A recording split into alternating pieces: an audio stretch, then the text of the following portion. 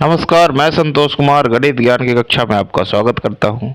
हम पढ़ रहे हैं क्लास 9th मैथमेटिक्स एनसीईआरटी, जिसमें हमने चैप्टर नंबर फर्स्ट से लेकर के चैप्टर 13 तक पूरा हमने कवर किया है। उसके एक एक प्रॉब्लम को हमने सोल्व किया है। चैप्टर 9 हालांकि थोड़ा सा बचा हुआ है।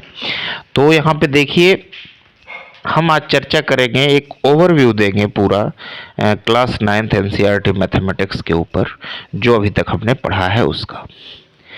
एग्ज़ाम से पहले किसी भी सब्जेक्ट को अगर आप पढ़ते हैं तो एग्ज़ाम से पहले उसका एक सारे चैप्टर का ओवरव्यू डालना बहुत आवश्यक होता है। उससे क्या होता है कि आपके दिमाग में उस लॉजिक सेट हो जाता है, जिस उद्देश्य के तहत कोई उस पुस्तक को लिखा है, सिलेबस को सेट किया है, तो वो लॉजिक आपके दिमाग में संग्रहित हो जाता है और एग्ज़ाम में जब आप बैठते हैं तो पूरा सिलेबस आपके मस्तिष्क में एक बार आ जाता है। तो देखिए, जब भी आपका एग्ज़ाम होगा क्लास 9 का, और इसके बाद क्लास 10 हम शुरू करेंगे, और 10th का जो बोर्ड होगा उससे पहले हम क्लास 10th को भी कंप्लीट करने की कोशिश करेंगे। तो देखिए, क्लास 9 में फर्स्ट चैप्टर जो आप पढ़े वो क्या था? वो था नंबर सिस्टम। नंबर सिस्टम, आप देखिए, मैथमेटिक्स सुनते ही नाम सबके दिमाग में 1 2 3 4 जोड़ घटाओ गुणा भाग ये सब घूमने लगता है। तो नंबर सिस्टम तो बताना ही था, मैथमेटिक्स है तो नंबर्स के बारे में यहाँ हमने पढ़ा।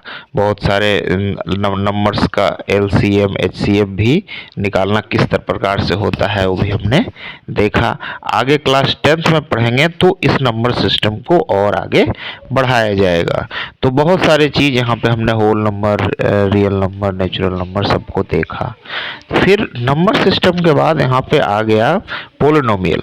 पोलिनोमियल में हमने अलजेब्रा देखा पूरा कि किस प्रकार से एडिशन चलता है, फिर मल्टीप्लिकेशन चलता है, और इसको एक जनरलाइज करने के लिए यहाँ पे नोटेशन का यूज होता है।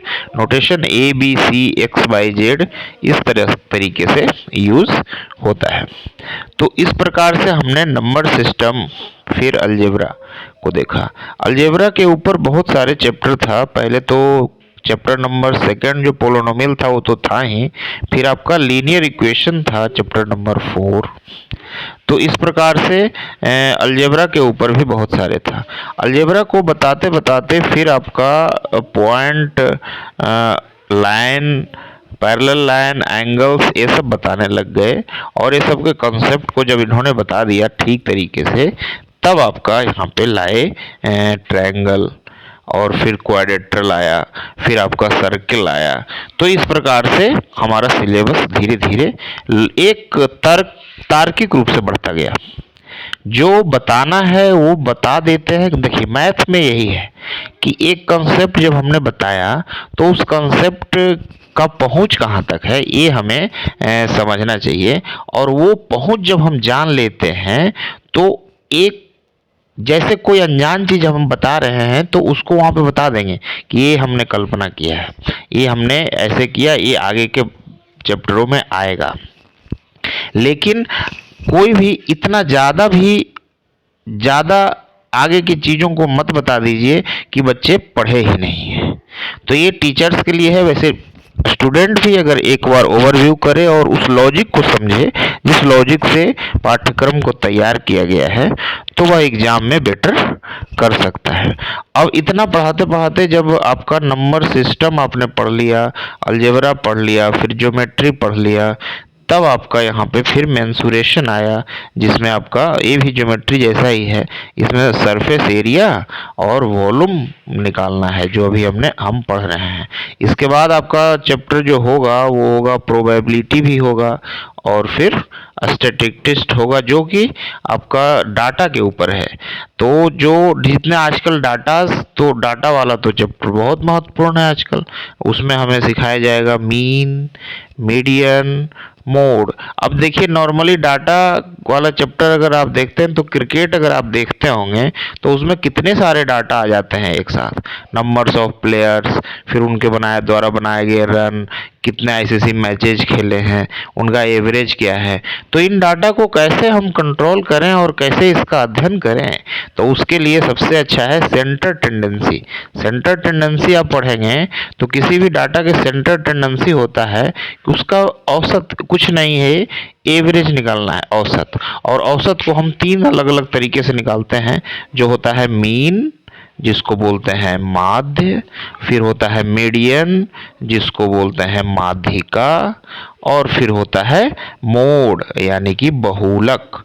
तो औसत निकालने के ये 3 अलग अलग तरीके हैं, मीन, मीडियन, मोड, और ये इसी को बोलते हैं सेंटर टेंडेंसी ऑफ डाटा, और यही यहाँ पे आपको पढ़ाया जाएगा।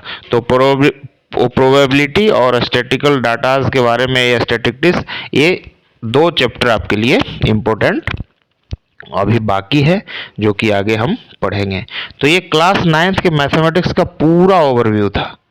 आप समझ सकते हैं कि किस प्रकार से किस लॉजिक से यह पाठ्यक्रम को तैयार किया गया है। आप खुद भी देखें और अपना लॉजिक क्रिएट करें। देखें कि नंबर सिस्टम बताया, फिर जोड़ घटाओ अलजेब्रा में बताया उस चीज़ों का, फिर उसके बाद इक्वेशन बनाना बताया, इक्वेशन बता दिया। इक्वेशन तो जानना ही बहुत ज़रूरी है। अब कुछ भी मैथमेटिक्स अगर बनता है तो कैसे बनता है, जब कोई 2 चीज़ें एक दूसरे से रिलेटेड होते हैं, और रिलेशन भी कई प्रकार का होता है। अब जैसे देखिए, एक नॉर्मल आप बाजार जाइए सामान खरीदने के लिए, तो जितना ज़्यादा रुपया आपके पास रहेगा उतना ज़्यादा सामान आप लाएंगे। इसका मतलब क्या हो गया कि सामान और रुपया दोनों डायरेक्टली प्रोपोर्शनल है। अब अगर रुपये को सामान से भाग दे दे तो एक कांस्टेंट राशि आएगा। अगर कुछ सामान आप लेते हैं, उसी प्रकार का सामान है, जैसे 10 रुपये में मान लिया कि 1 किताब मिलता है, तो 20 रुपये में 2 किताब मिलेगा। तो 10 रुपये में 1 किताब और 20 रुपये में 20 रुपये में 2 किताब। देखिए, दोनों को अगर भाग देंगे तो सेम टू सेम आएगा। 2/20 भी किए तो 1/10 ही आया। फिर 30 रुपये में 3 किताब होगा। देखो, जितना आता जाएगा सब दोनों को अगर भाग देंगे तो एक ही आएगा। तो इसको बोलते हैं कि डायरेक्टली प्रोपोर्शनल। जैसे देख लीजिए, 10 में 1 किताब, 20 में 2 किताब, 30 में 3 किताब, और इससे इसमें भाग लगाइए, इससे इसमें भाग लगाइए, तो एक ही आएगा। सब में 10-10 आएगा। ठीक है, तो इस प्रकार से अब अगर इधर से भाग लगाएंगे तो 1/10 आएगा, और सब में 1/10 आएगा। तो इस प्रकार से एक होता है डायरेक्टली। अब रिलेशन उल्टा भी होता है कभी कभी। जैसे ये एक खेत है, इसमें कुछ मजदूर लगे हुए हैं काम करने के लिए। अब बोलता है कि 2 मजदूर लगते हैं तो 5 दिन में काम करते हैं, लेकिन एक मजदूर लग जाए, अगर एक मजदूर चला जाए तो एक ही मजदूर हम शुरू से लगाएं तो ये कितने दिन में काम करेगा, तो 5 गुने 2 10 दिन में हो जाएगा। तो इस प्रकार से देखिए, कभी कभी उल्टा भी विचरण करता है, मतलब कि यह जो है इनवर्सली प्रोपोर्शनल होता है। तो हम पहले रिलेशन को जानते हैं, फिर उसके बाद उसको जोड़ घटाव गुणा भाग के बंधन में बांध के उसको रिलेशन को सेट करते हैं और फिर पहुंचते हैं। तो इसके लिए आपको इक्वेशन तो पढ़ना ही था, तो इक्वेशन हमने पढ़ा। फिर अगर मैथ जानते हैं तो लाइन, पॉइंट, नंबर, जितने शेप्स हैं उसको तो जानिएगा ही, और शेप को नापिएगा कैसे, शेप को भी नापिएगा नंबर से ही, तो इसलिए शुरू में नंबर सिस्टम बताया गया था। तो पूरा एक कंप्लीट ओवरव्यू हमने क्लास 9th का मैथमेटिक्स का दिया है। अगर अच्छा लगे तो चैनल को सब्सक्राइब कीजिए, लाइक कीजिए, और हमारे चैनल पे जाइए। आपको क्लास 9 का पूरा सिलेबस अब मिलेगा 2-4 दिन में। जो चैप्टर नंबर 14 एंड 15 बाकी है उसको हम यहाँ पर पूरा करेंगे। और इसी तरह अगर क्लास 9th का सिलेबस पूरा करना है तो हमारे चैनल को लाइक कीजिए, सब्सक्राइब कीजिए, और फिर बेल आइकन को दबाइए, ताकि जो भी हम वीडियो डालते हैं वो आप तक तुरंत पहुँचे और रोज़ पहुँचे।